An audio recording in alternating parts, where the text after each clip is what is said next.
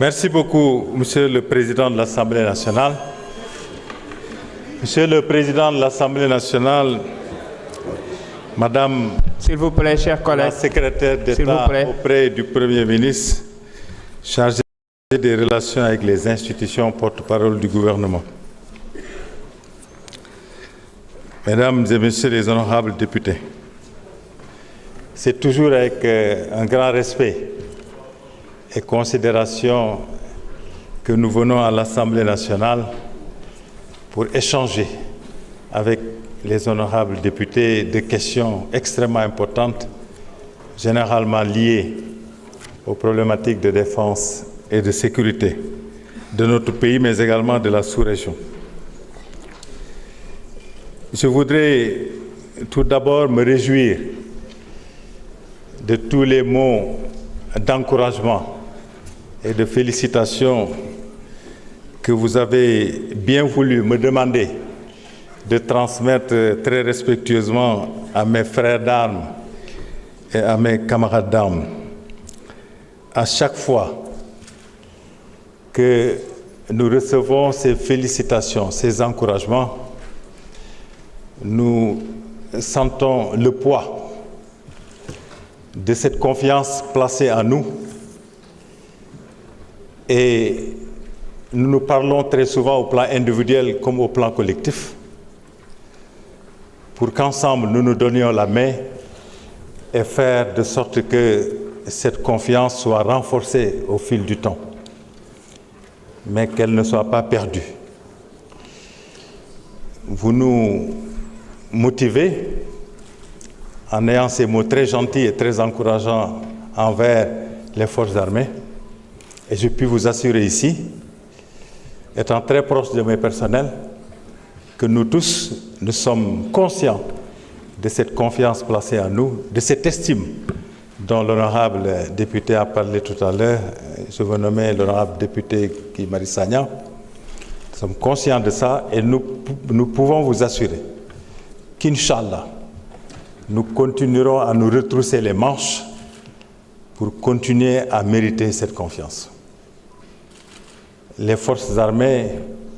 sont une institution qui joue un rôle central dans la stabilité et la paix de notre pays. Elles en sont très conscientes et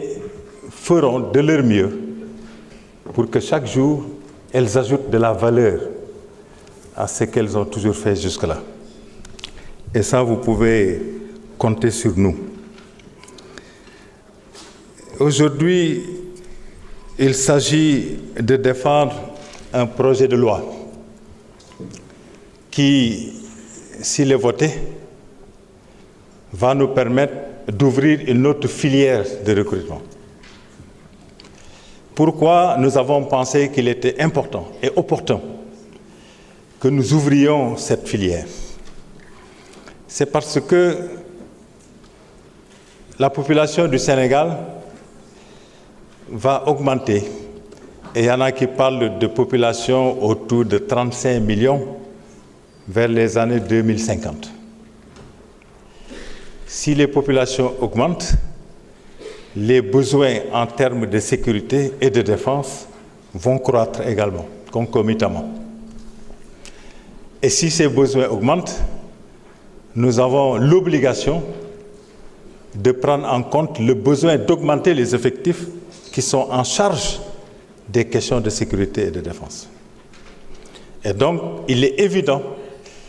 que les effectifs des forces de défense et de sécurité vont augmenter dans les années à venir. S'ils augmentent, il y a de fortes chances que les catégories des militaires de rang, des sous-officiers, vont être les catégories qui vont plus croître. Parce qu'elles constituent la base de la pyramide de gestion des effectifs au sein des forces armées. Et si ces catégories augmentent, elles auront besoin de plus de personnel d'encadrement. Et ces personnels d'encadrement, c'est les lieutenants, c'est les capitaines, c'est les officiers subalternes. Malheureusement, les écoles de formation qui sont disponibles chez nous, pour diverses raisons, parmi lesquelles on peut citer les contraintes budgétaires, les capacités d'accueil, ne peuvent pas satisfaire à 100% nos besoins d'officiers subalternes pour pouvoir garantir l'encadrement qu'on attend. Et en même temps, si par extraordinaire, on parvenait d'ailleurs, avec nos écoles de formation, à former les lieutenants et les capitaines dont nous avons besoin, et qu'ils soient des officiers d'actifs, après ils vont progresser pour devenir des commandants, des lieutenants-colonels, des colonels. Et s'ils étaient en grand nombre, quand ils étaient lieutenants-capitaines, ils seront en grand nombre au niveau du grade de commandant et de colonel. Et cela va créer une distorsion au niveau de la pyramide des effectifs et des grades. Nous ne voulons pas ça, parce qu'après, les conséquences sont énormes et peuvent créer énormément de frustration au niveau d'une institution où on a besoin de cohésion, de fraternité et de camaraderie. C'est pour ça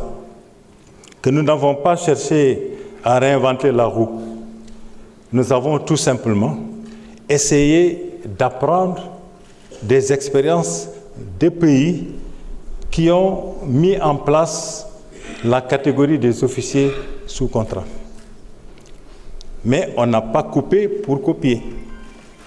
On a coupé et on a contextualisé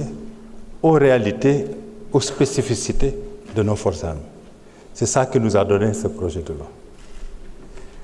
Et les dispositions générales, les contrats, les modalités de contrat, les avancements, les positions,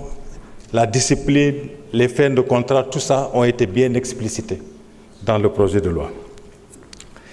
Ceci dit, je vais essayer donc de répondre aux préoccupations des députés qui ont bien voulu prendre la parole et nous poser des questions. D'abord, l'honorable député Aliou Ndao, qui a parlé de besoin de cohésion. Effectivement, nous avons l'habitude de dire que la cohésion, c'est le centre de gravité des forces armées. Quand on y touche, on touche à l'ensemble de la structure. Donc il faut qu'on la préserve. Et il pense qu'il peut y avoir des difficultés, comme il y en a eu, semble-t-il, dans le passé, entre les officiers sortis d'école et les officiers issus du rang. Bon, j'ai fait presque 40 ans dans l'armée. Je n'ai pas vu de problème majeur entre les officiers sortis d'école et les officiers sortis issus du rang. Je n'ai pas vu ça. Oui, c'est des filières qui sont différentes mais complémentaires, avec beaucoup de respect entre les deux filières. Maintenant, dans toute institution, bien entendu, il peut y avoir des incompréhensions de temps en temps, des frictions, mais je n'ai pas vu de problème majeur. C'est des catégories qui se respectent, c'est des filières qui se respectent. Certains sont sortis d'école, d'autres sont passés par le circuit professionnel. Ils viennent avec une grande expérience qui leur est reconnue et ils apportent une grande plus-value. Mais nous ferons de notre mieux pour que ces problèmes-là ne surviennent pas entre les officiers sous contrat et les officiers d'actifs. L'honorable député Diaïté a parlé de besoins de soutien psychologique, d'une meilleure prise en charge de la santé mentale. Vous avez parfaitement raison et nous sommes en phase. Et beaucoup de mesures sont en train d'être prises et mises en place au niveau des forces armées pour que la problématique de la santé mentale soit bien prise en charge. Oui, nous faisons beaucoup d'efforts sur la santé physique et sur la santé sociale de nos personnels, mais il y a la santé mentale aussi, qui est une grande préoccupation. C'est une préoccupation dont les gens ne parlent pas tellement, parce que c'est tellement personnel, c'est tellement privé, que c'est difficile de le prendre en charge comme il se devrait. Mais les armées sont en train de mettre en place tout le dispositif qui est nécessaire pour accompagner nos camarades qui, des fois, sont traumatisés parce qu'ils ont été déployés dans des théâtres difficiles. Et après, quand ils rentrent, ils intériorisent. Et si on ne leur tend pas la main, après, les conséquences peuvent être fâcheuses, et au plan individuel, au niveau de notre institution et au niveau de leur famille. Donc c'est pour ça que l'armée, au niveau de toutes les infrastructures sanitaires, essaie de mettre en place les mesures qu'il faut pour les prendre en compte. Bon, il a parlé aussi du besoin d'encadrement pour s'assurer qu'il y a une bonne adaptation des OSC aux réalités des militaires. Ça, effectivement, c'est fait. Il y a de la formation qui est faite après le recrutement pour accompagner nos camarades qui nous rejoignent en tant qu'OSC pour qu'il n'y ait pas de difficulté à se mouvoir dans cet environnement qui, pour beaucoup d'entre eux, peut être un environnement qui est tout à fait nouveau. Ngeen baal ma am na ñu bari nag ñu ma posé une question ci wolof donc Amadou Dia moom dafay wax kaawu caporal chef Ndiaye Assane Ndiaye maa ngi lay wax nag ne armée xamaguma cas bi exactement nu mu demee mais maa ngi lay assurer ne armée bëgguñu injustice. Ça m'étonnerait, et j'ai fait 40 ans dans l'armée, ça m'étonnerait que l'armée, de manière volontaire, fasse subir une injustice à un de ses membres. D'habitude, pour ça, nous gagnons day am conseil d'enquête. Le conseil d'enquête, dañuy fexe ba ñu bari ñoo ciy représenté. Ñoo ciy représenté même des camarades qui sont à peu près du même grade que celui qui passe en conseil d'enquête. Ci conseil d'enquête boobu la ñuy proposer li nga xam ni moom la ñu war a jël comme mesure face à la faute qui a été commise. Et très souvent, vraiment c'est en toute conscience que la ñuy jël yooyu dis mais dinañ vérifier pour xam exactement ce qui s'est passé. La bonne nouvelle, c'est que le Sénégal aussi, de justice, la armée aussi, n'est qu'une entité qui justice du fa dox ni justice di doxé ci entité yépp non lay doxé armée su féké ni justice dafa dem ba considérer ni ki liñ ko def dañ ko jaay doolé bu boba nul n'est au-dessus de la loi y compris les forces armées bu boba justice moy téggu ci kaw force armée te force armée da koy nangu. Mais dans lu may jaaxal lay doon ñu ngi massawu nag ñu ngi koy massawu parce que vraiment situation bi buy décrire kenn yéenewu ko waaw suñu sañoon du nekk ci situation bu mel noonu. Honorable député Thérèse Faye mu ngi wax problème mu insécurité yi drogue yi vol de bétail waaw loolu de vraiment c'est des préoccupations yoo xam ni pratiquement foo dem ci Sénégal dañ ko fay joytu mais incha allah. ak disposition yi nga xam ni gendarmerie mu ngi koy jël yaakaar nañ ni fii ak lu néew dinañ ci gis ay amélioration du ay fléau yoo xam ni nag mën nañ ko régler tout de suite wala définitivement parce que société boo gis moom day jànkoonteeg yu mel nii mais nag mën nañu fexe ba nit ñi gis ne am na amélioration mais insécurité mbirum drogue vol de bétail ñun ñi nga xam ni ñooy soltu ni ñun rek mënuñu koo régler il faut que ñu joxante loxo ak population yi pour que ñu seet nan la ñu mën a augmenter efficacité bi nga xam ni moom la ñu war a am ci lutte boobu ñuy mëne mais gendarmerie même suñu mbokk policiers yi ak ay yeneen composantes de forces de défense et de sécurité amu ci kenn koo xam ne rek nekkoo di góorgóorlu pour améliorer sa efficacité ci domaine bi. Bon, gendarmerie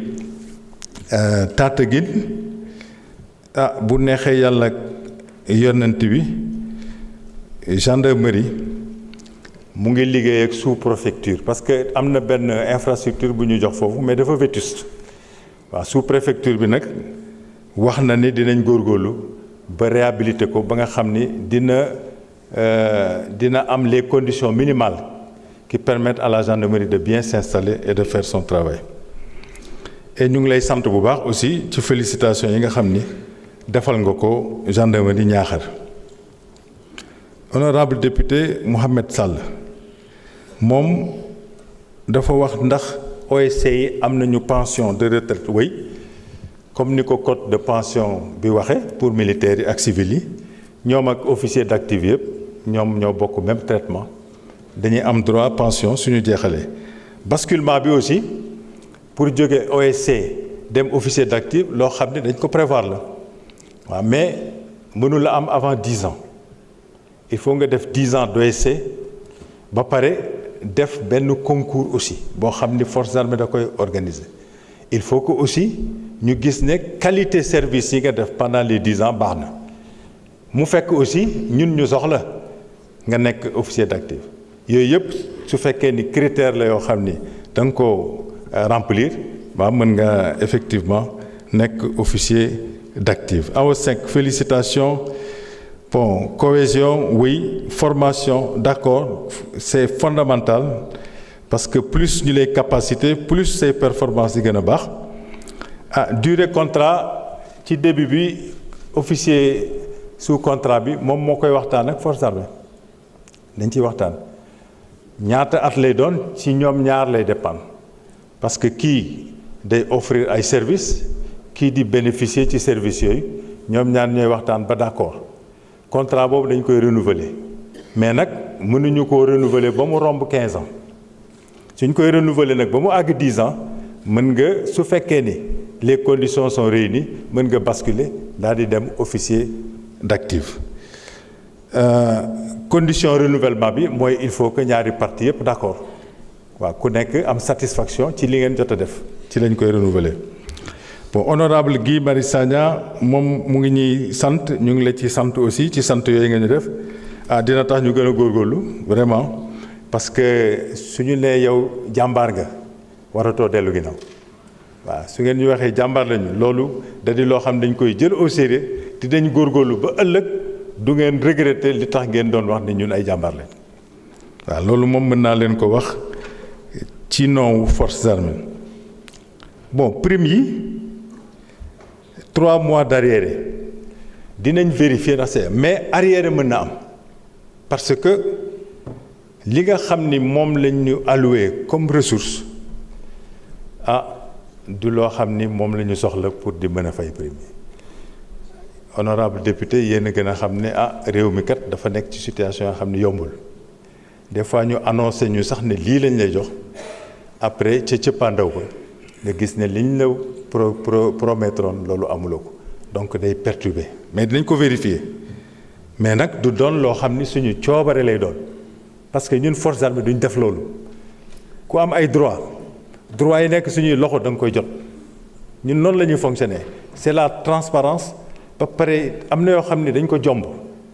mais nag lu ñu amul duñ ko mën a joxe peut-être nag mën nañoo améliorer suñu communication ak ñi nga xam ni ñooy bénéficiaires yi pour que su imprévu amee ba liñ leen waroon a jox joxuñ leen ko ñu mën leen a expliquer lu tax pour mën a dalal seen xel mais dinañ ci bàyyi GIGN moom amul ay prime ay allocations yi ñu jox la maintenant allocations yi ñu jox effectivement 3000 par personne mais nombre de personnes yi ñu jox ëpp na li nga xam ni mooy allocation bi léegi nag mënuñoo jox ñuy lekk bàyyi ñële alors que ñoom ñëpp ñu ngi liggéeyandoo bu boobaa dañuy jël li nga xam ni dañ ko joxoon pour un petit groupe daal di koy séddale ñi fa nekk ñëpp di continuer nag di demander que droit yooyu nga xam ni kenn matalugu ko ñu fexe ko matal mais encore une fois lii indi problème yëpp mooy difficulté yi ñu nekk. léegi ci mission yi nga xam ni ñooy mission de la paix yooyu tamit c'est à peu près la même chose Sénégal wutul xaalis ci mission yi li ñuy fay en général suñ ci génnee li nga xam ni mooy protéger suñu personnel yi protection individuelle dañuy dem ak ay casque dañuy dem ak ay gilet ak ay seeni dàll ak seeni tenue bon yooyu yëpp su ko Sénégal génnee li ci des yëpp pratiquement dañ koy jox personnel peut-être difficulté bi nga xam ne mën nañ ko wax mooy mission yëpp bokkuñu lu ñuy jot mission boo xam ne Nations Unies la ñuy jox Sénégal bokkul ak la ñuy jox Sénégal sur des missions CEDEAO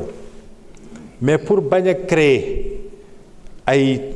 différence de traitement dans les missions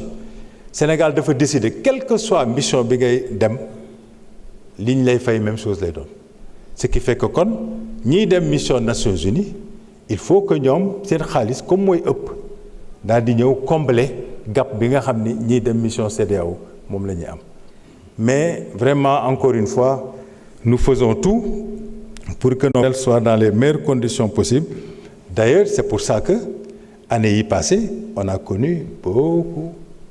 d'évolution au niveau du traitement de nos militaires qui viennent des missions. Lañ daan fay ça fait quelques années ak li ñuy fay léegi du benn yokk na plusieurs fois te saa yu mënee yokk incha allah commandement bi da koy yokk parce que encore une fois defuñ ci commerce wutuñ ci xaalis ça c'est pour le personnel. Pour kaw Didier Badji bon kaw Didier Badji cas bu metti la Sénégal yëpp la metti ñu jiitu ci nag ñun ñi nga xam ni suñu frère la mais c'est un cas boo xam ni mu ngi ci loxol justice tant que justice pareegul traité ko ba ñu xam li ci xew parce que enquête administrative bi jeex na bu ko leen nañ ko def nañ mais nag li ci des ci loxo justice la ne tant que justice demul bu clôturer dossier bi même salaire am nga xam ne ñu ngi koy fay ba mai 2025 c'est prouvé que salaire am ñu ngi ko doon versé ci compte am mais pour y accéder il faut ñu dem ba d'accord ni kii kat ñàkk na bakkanam ci telle condition lii ak am ci ay preuves bon boole ci nag loolu peut-être justice lañ ci war a interpeller mais gendarmerie lim ci waroon def na ko gendarmerie aussi bàyyiwul famille Didier ndax au commandant de la gendarmerie tase na sax ak tantey xale yi tase na ak ñoom demander ba léegi demande boobu c'est en instance demander à ce que tante yi fexe organiser une rencontre ak famille bi ak xale yi di xaar waaw loolu tamit lu am la ndax vérifier dañ ko mais vraiment honorable ñu ngi lay assurer ne bon cas bu xaw a délicat la mais ñun duñu bàyyi suñu ay frères d'armes mën nañoo xeeb nag taxaw bi nga xam ni moom lañ ko taxawoo mën nañ cee d'accord ak yow te dinañ seet nan lañ ko mën a fexe ba taxawu bi gën a baax parce que njabootam suñuy njaboot la te tamit bon kenn du def lu baax di ko wax ci marché bi mais au commandant de la gendarmerie am na yu mu jot a def waaw am na yu mu jot a def donc bàyyiwuñ ko mais nag lu baax du ëpp waaw lépp luñ ci mën a def incha allah suñ ci jógee fii dinañ seet lépp lu ñu mën a yokk ci liñ daan def dinañ ko def bu neexee yàlla pour taxawu leen. Cheikh Bara honorable député Cheikh Bara Ndiaye mu ngi wax service obligatoire armée Sénégal le service militaire est obligatoire waaw mais suñu soxla souvent moom mooy gën a néew li nga xam ni moom mooy offre bi ñi bëgg a dugg armée ñoo ëpp fuuf li ñu soxla donc on n'est pas obligé de faire respecter cette obligation-là du service militaire mais su fekkoon ne dem nañu ba benn bis suñu soxla gën a ëpp li nga xam ni ñoo présenté wu nekk volontaire pour dugg bu boobaa Sénégal am na droit daal di jël ay Sénégalais yoo xam ne remplir nañ conditions yi pour dugal leen armée parce que le service militaire en principe il est obligatoire mais soxlaaguñu vraiment mettre ko en œuvre parce que chaque fois li ñu soxla mooy gën a néew fuuf li nga xam ne moom la ñu am comme offre. Honorable député Aïcha Touré bon moom mu ngi sant aussi les forces armées ñu koy sant ci loolu muy wax baisse drastique u carburant bi loolu maa ngi lay yëgal rek ne c'est réglé waaw parce que premier ministre wax na ci ak ministre des finances et du budget le ministre des finances et du budget bërki dem rek bi ma gisanteeg moom mu ngi may wax ne toutes les dispositions nécessaires seront prises pour que dans les meilleurs délais problème mu carburant boobu réglé wu. Honorable député Abdoulaye Faye moom it mu ngi féliciter armée bon partager ak ñun ay expérience yu bari yoo xam ni douane la am bon douane c'est une composante des forces de défense et de sécurité mais bokkul ci forces armées mais nag suñu ay frères lañu lépp loo xam ni ñoom expérimenté nañ ko am ci ndam am ci ay satisfaction ñun tamit mën nañ cee inspiré wu pour seet nan lañ ci mën a jàngee ba mu dimbale ñu aussi au niveau du fonctionnement des forces armées donc incha allah dinañ jël contact ak nos parents de la douane pour voir comment est-ce qu'ils peuvent partager les leçons apprises des diverses expériences yi ñu am te nga partager ko ak ñun. Honorable député Abdou Ahad Ndiaye félicitations encore une fois bon wax na nag ñu transmettre message am le ministre des transports terrestres et aériens incha allah dès demain conseil des ministres je lui transmettrai. Ensuite wax na aussi problème mu gendarmerie Louga waaw gendarmerie Louga di wax ne ma koy wax rek ne comme gendarmerie yu bari gendarmerie mu ngi góorgóorlu pour essayer réhabiliter leen. Il y a un vaste programme de réhabilitation des gendarmeries à travers notre pays mais aussi am nañu programme bu rëy boo xam ni daf ñuy permettre ñu implanter ay brigades ak des compagnies de gendarmerie dans des endroits yoo xam ni amuloon foofu fii ñu jógee rek bërki démb ci tournée économique u président bi dans la partie orientale du Sénégal nous avons lancé beaucoup de programmes yoo xam ni bientôt di ngeen gis ñu commencer sortir de terre. Honorable député Anta Babacar Ngom, nous vous remercions pour vraiment l'hommage républicain aux forces armées. Vous remercions aussi pour vos encouragements que nous ferons tout pour mériter. Et vous nous avez recommandé de faire de sorte que les forces armées soient plus attractives. Vous avez parfaitement raison. Si les forces armées sont attractives, elles vont intéresser plus de jeunes Sénégalais. Et donc, s'il y a plus de jeunes Sénégalais intéressés à rejoindre les forces armées, nous augmentons la probabilité de recruter les meilleurs de ces jeunes-là et donc d'améliorer nos performances. Donc, c'est vraiment une manière d'attirer les meilleurs de chaque génération de Sénégalais. Et cette attractivité, elle ne peut pas être garantie si nous ne travaillons pas sur les conditions de vie et de travail de nos personnels, en leur donnant de bonnes conditions de travail, mais de conditions aussi de logement, en leur donnant aussi peut-être beaucoup de facilités, de divers ordres, mais aussi en s'assurant qu'ils sont bien payés. Il y a beaucoup d'études qui sont disponibles d'ailleurs au niveau de l'Internet qui montrent que institution pour que nit ñi bëgg faa toog wala ñu bëgg faa dem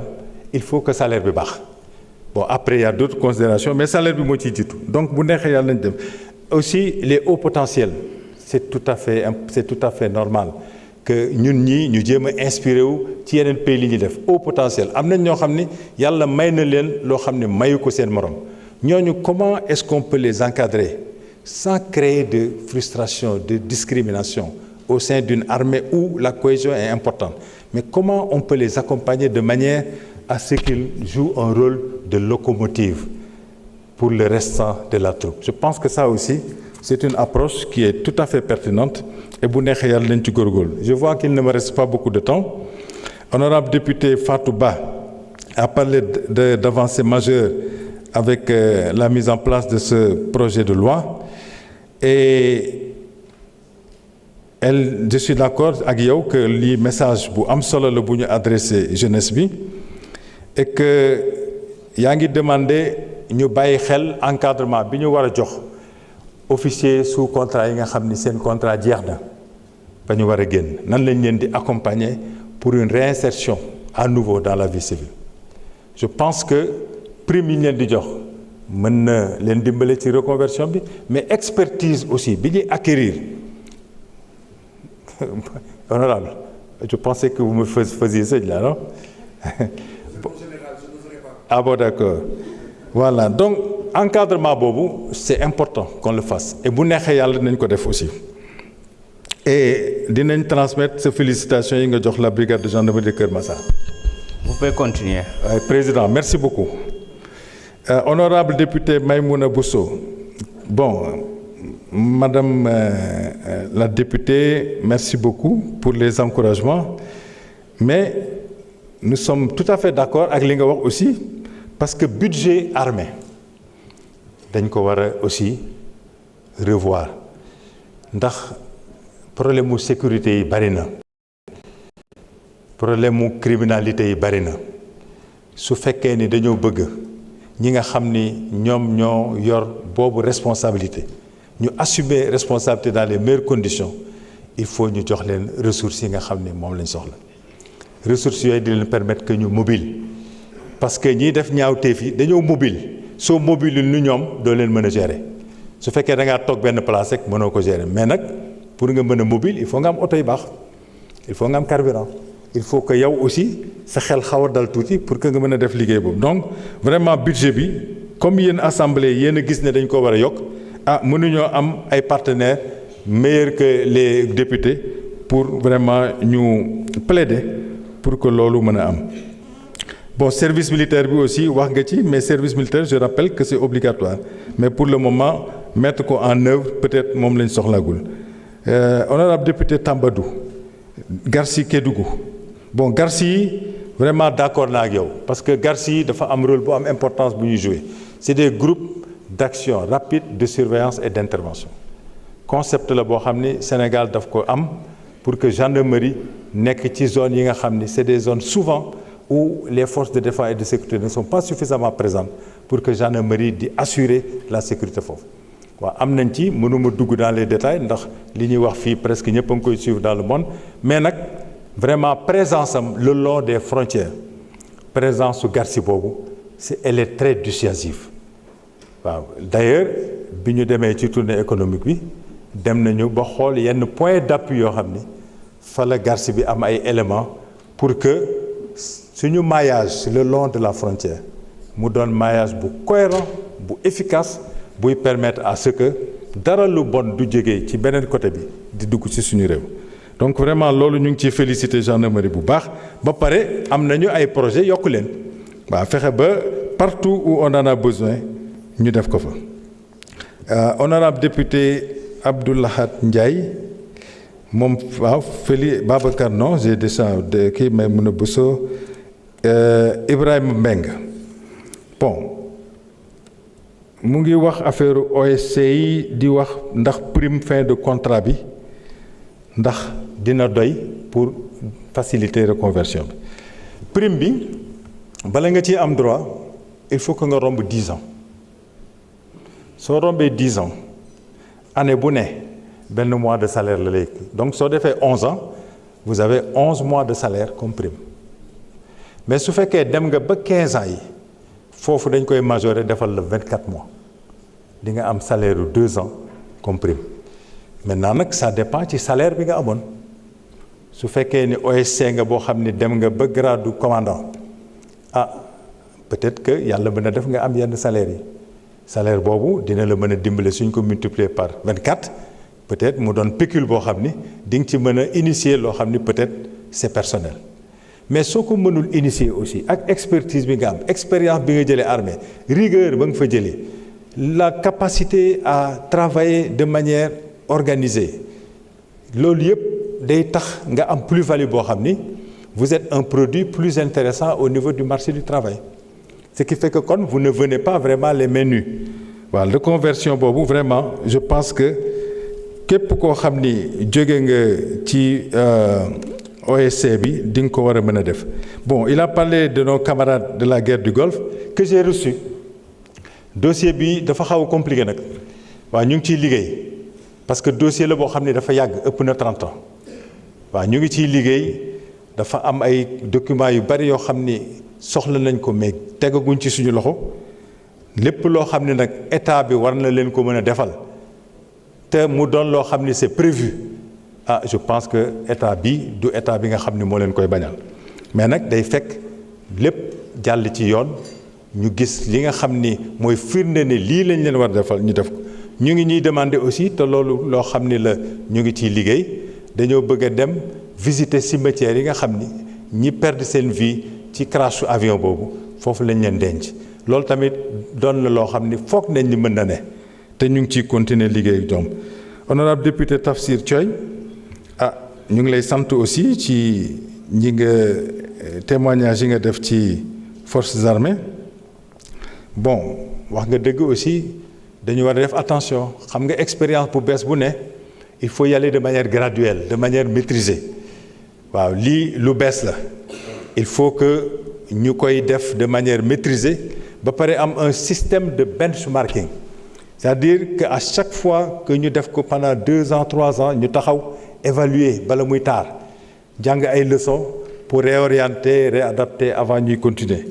donc vraiment précaution bi ngay wax précaution la boo xam ni bu neexee yàlla dinañ ko jël. Est-ce que OSC bi dañ ko teg rek pour un temps? Je pense que non. Je pense que filière bi fii ak ay décennies dafa war a continuer parce que c'est vraiment une approche très pertinente fexe ba surtout au niveau des métiers émergents des connaissances émergentes nga xam ni suñu centre de formation yi du ñu mën a former ñi ci soxla tout de suite nan la ñu mën a jëlee ay Sénégalais yoo xam ne am nañ qualification yi soxla nañ leen ñu ñëw di liggéey pour armée ba pare ñu defal leen formation boo xam ne c'est une formation de base qui leur permet de bien se mouvoir au sein de notre institution aux côtés des gens qui sont en activité loolu foog naa ni ça va faire partie du futur de nos forces armées pour un certain temps. C'est pas seulement pour vraiment un laps de temps après ñu bàyyi ko voilà bon honorable député Youngar Dione moom mu ngi wax 15 ans yi daf ko xaw a préoccupé bon 15 ans yi pourquoi 15 ans bon nous pensons que 15 ans soo ko defee mën nga nekk grade commandant doo dem ay grade lieutenant-colonel parce que problème bi surtout au niveau des grades de lieutenant-colonel colonel lay doon foofu bëgguñu mu bari trop parce que soxlawuñu personnel d'encadrement lu bari su fekkee ni dañoo def plus de 15 ans il y a de fortes chances que les gens soient après 15 ans des lieutenant-colonel colonel et après on a trop de monde day indi un goulot d'étranglement et après on a des problèmes de distorsion au niveau de la pyramide parce que la pyramide elle doit s'évaser au fur et à mesure qu'on avance vers les grades supérieurs mais su fekkee ni à un certain niveau dafa bari nit après dootul évaser et vous créez des distorsions donc 15 ans yi vraiment c'est un travail qui a été fait pendant beaucoup d'années en prenant en compte aussi les expériences des autres pays c'est ça qui nous a poussé à aller vers les 15 ans bon ñi ngay féliciter ñëpp que ça soit nos camarades de la compagnie de Rufisque de Keur Massar de Tivaouane Peulh ñoom ñëpp bu neexee yàlla dinañ leen transmettre vos félicitations et vos encouragements bon honorable député Awa Dione même chose félicitations bon noblesse de notre métier merci et les prières et les encouragements vraiment yow moom suñu partenaire nga waaw honorable député Awa Dione vraiment saa yu ñu la déggee nga wax ci affaire forces armées daf ñuy encourager ñu ngi la ciy sant bu baax waaw ñu ngi la ciy sant bu baax honorable député Seynabou Yacine Samb bon encadrement des militaires libérés bon loolu wax nga dëgg parce que souvent dañ leen di jël ñu def 2 ans après ñi ñuy soxla du bari tellement donc ñu ci bari ci ñoom dañ leen di bàyyi ñu dem am na ci ñoo xam ni yàlla mën na leen dimbale ñu dem police am na ñoo xam ni yàlla mën na leen dimbale ñu dem eaux et forêts wala ñu dem douane mais am na ci ñoo xam ni duñu mën a dem fenn nga jàng utiliser arme ba pare ñu génn la bàyyi la noonu loolu tamit préoccupation la waaw je pense que forces armées war na cee góorgóorlu pour que accompagnement bi vraiment gën a baax ba nga xam ni seen xam-xam yooyu nga xam ne amee nañ ko armée duñ ko utiliser ci loo xam ni baaxul voilà loolu vraiment nous sommes tout à fait d'accord avec vous maintenant aussi conditions de travail li nga wax rek war nañ cee góorgóorlu pour améliorer ko ndax y a un lien très fort entre les conditions de travail et de vie ak les performances waaw nit ki soo ko yëgee di ko jox li nga xam ni moom la soxla pour liggéey en général surtout ñun Sénégalais soo ñu yëgee yaa ñu moom soo ñu defalee teraanga en général dañ la koy delloo donc personnel bi à 99,99% soo leen yëgee waxuma nga lijjanti seen problème yëpp mais seeni soxla majeurs yi nga taxaw ci wan leen ni vraiment lii lu la ñor la même soo deful lépp ñoom ils vous le rendent en s'occupant du travail ñun on dit toujours occupez-vous des hommes avec grand H, les hommes s'occuperont du travail et ça on l'a expérimenté et ça marche donc vous avez parfaitement raison. Honorable Abdoulaye Fall moom aussi bon il a parlé de relations internationales basées sur les rapports de force vous avez parfaitement raison. Bon, il faut venir à la table de négociation toujours suffisamment fort pour pouvoir se faire écouter et se faire entendre. Maintenant, pour loolu aussi, il faut que ces forces de défense et de sécurité taxaw, voilà, qu'elles soient dissuasives pour que nga mën a ñëw à la table de négociation et que ñu mën la déglu. Bon, yaa ngi wax ne ingénieur bu ñu recruter 25 ans, est-ce que su demee def 15 ans am 40 ans? Est-ce que prime bi ñu koy jox dina doy pour mu mën a am reconversion? Bon d'abord man je pense que soo def amee 25 ans def 15 ans di nga fa jàng lu bari di nga fa jàng lu bari dans beaucoup de domaines savoir-faire savoir-être et puis beaucoup de plus-value yoo xam ni institution bi moo la koy jox mais il faut pas oublier que soo defee 25 ans après nga def 10 ans su fekkee ni jàmbaar nga ba pare mu tombeek armée soxla la mën ngaa def concours ba jàll nekk officier d'actif loolu tamit c'est une possibilité voilà et honorable député Anta Dia service militaire obligatoire bon est-ce que les OSC ndax ñoom traitement bi ñu leen di defal moom ak traitement bi ñuy defal les officiers d'actif méngoo nañu voilà on l'a dit même dans l'exposé des motifs vraiment officier sous contrat ak officier d'actif ñoom suñu yem grade même traitement amul benn discrimination waaw reconversion bi j'en ai parlé tout à l'heure honorable député Youm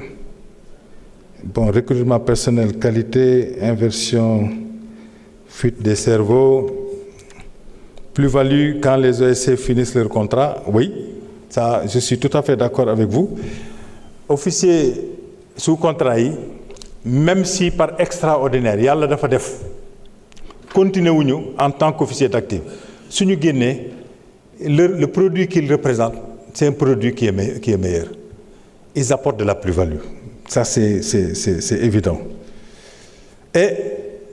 suñu génnee aussi su ngeen liiree yenn articles yi dañoo préciser ne suñu génnee ci seen coobare bopp pas ñu génn parce que problème mu indiscipline la su fekkee dañoo génn ci seen coobare bopp parce que contrat bi jeex na dañ leen di reverser dans la réserve waaw moom la doon laaj ci fii dañ leen di reverser dans la réserve ah honorable député Ibou Guèye président commission ñu ngi lay sant ci taxawu bi ñuy taxawu bon ak visite yi ñuy rendre aussi ça permet ñuy échanger ak yow nga xam li nga xam ni mooy suñu ay mbébét ah vraiment loolu lu ñu apprécier la waaw di la ñaan rek suñ ko mënee continuer malgré vos charges ça serait excellent bon nee nga OSC yi vraiment dafa ñëw rek ajouté wu ci innovation yu bari yoo xam ni ñu ngi ko doon def c'est vrai xam nga ñun dañoo foog ne une armée moderne elle doit être imaginative créative warula toog rek di gérer routine sooy gérer routine après say performance day wàññeeku donc waxuñu nag tout le temps ngay créer rek yu bees après da ngay dem ba disperser say efforts mais nag toog aussi di gérer la routine baaxul comment on peut trouver un bon équilibre entre l'esprit de créativité mais aussi la stabilité dans ce que nous faisons au niveau de nos institutions je pense que c'est cet équilibre-là qu'il faut trouver loo tax nag ñuy góorgóorlu aussi à chaque fois di innover di inspirer wu aussi ci li nga xam ni yeneen forces armées loolu la ñuy def parce que comme j'ai dit des fois ça ne sert à rien de vouloir réinventer la roue il y a des choses qui sont faites ils sont faits avec beaucoup de succès, on peut les contextualiser au Sénégal. Voilà. Bon, ce message bi nga demandé ñu transmettre ko ministre de l'Agriculture moom it suba ak jàmm donc suba Yankhoba dinaa ko jox message am suba aussi bu neexee yàlla ma buuba dinaa ko jox message am Inch'Allah. Bon, honorable député Ayib Daffé, qui est le dernier à intervenir, moom mu ngi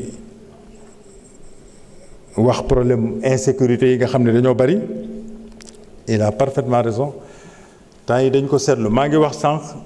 ne population bi day yokk mais aussi su ngeen seetloo les problématiques de sécurité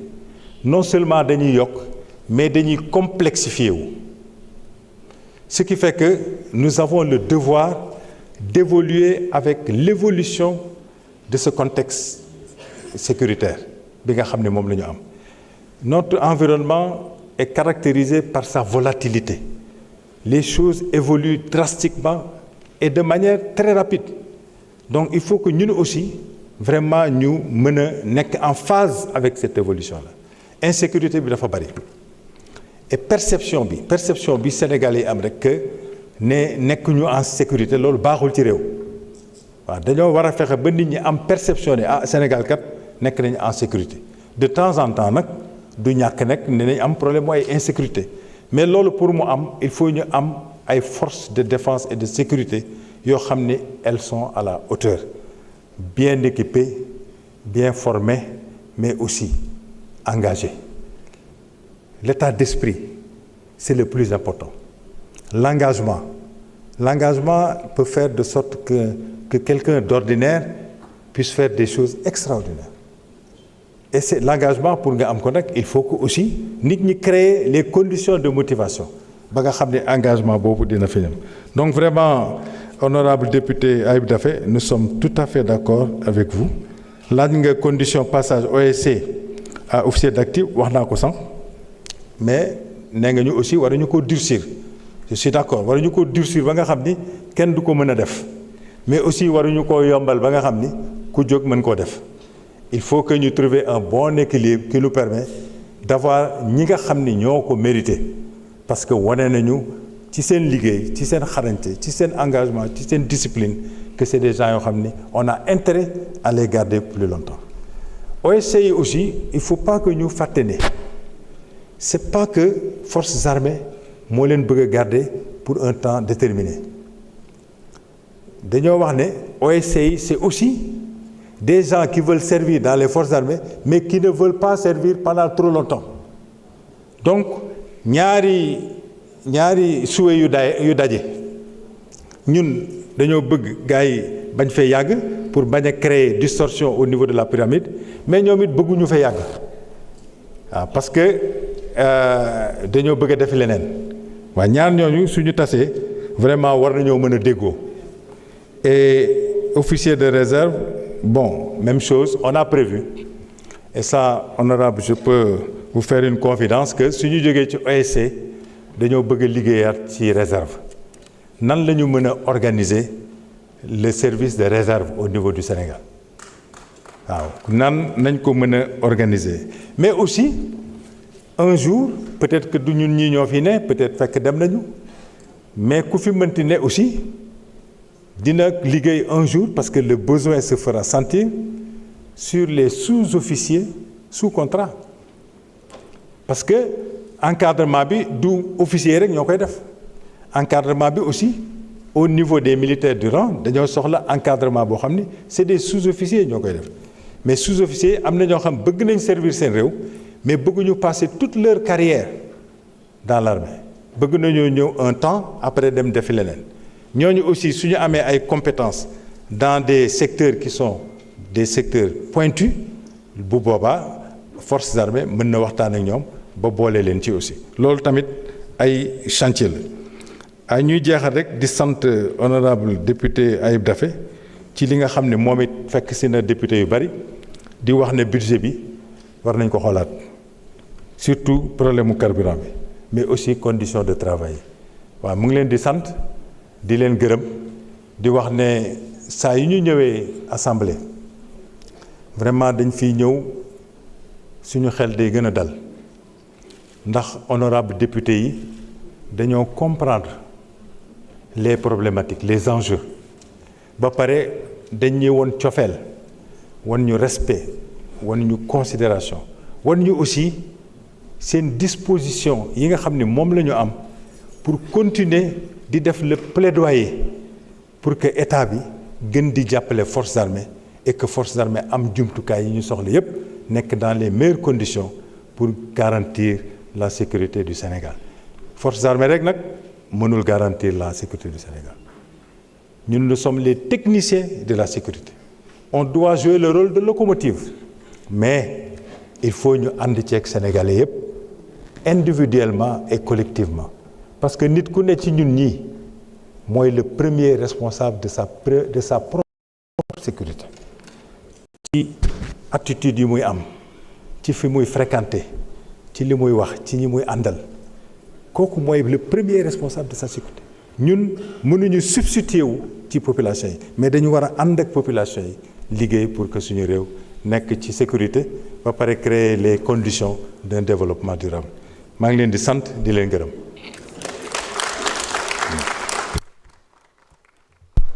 Merci, Monsieur le ministre.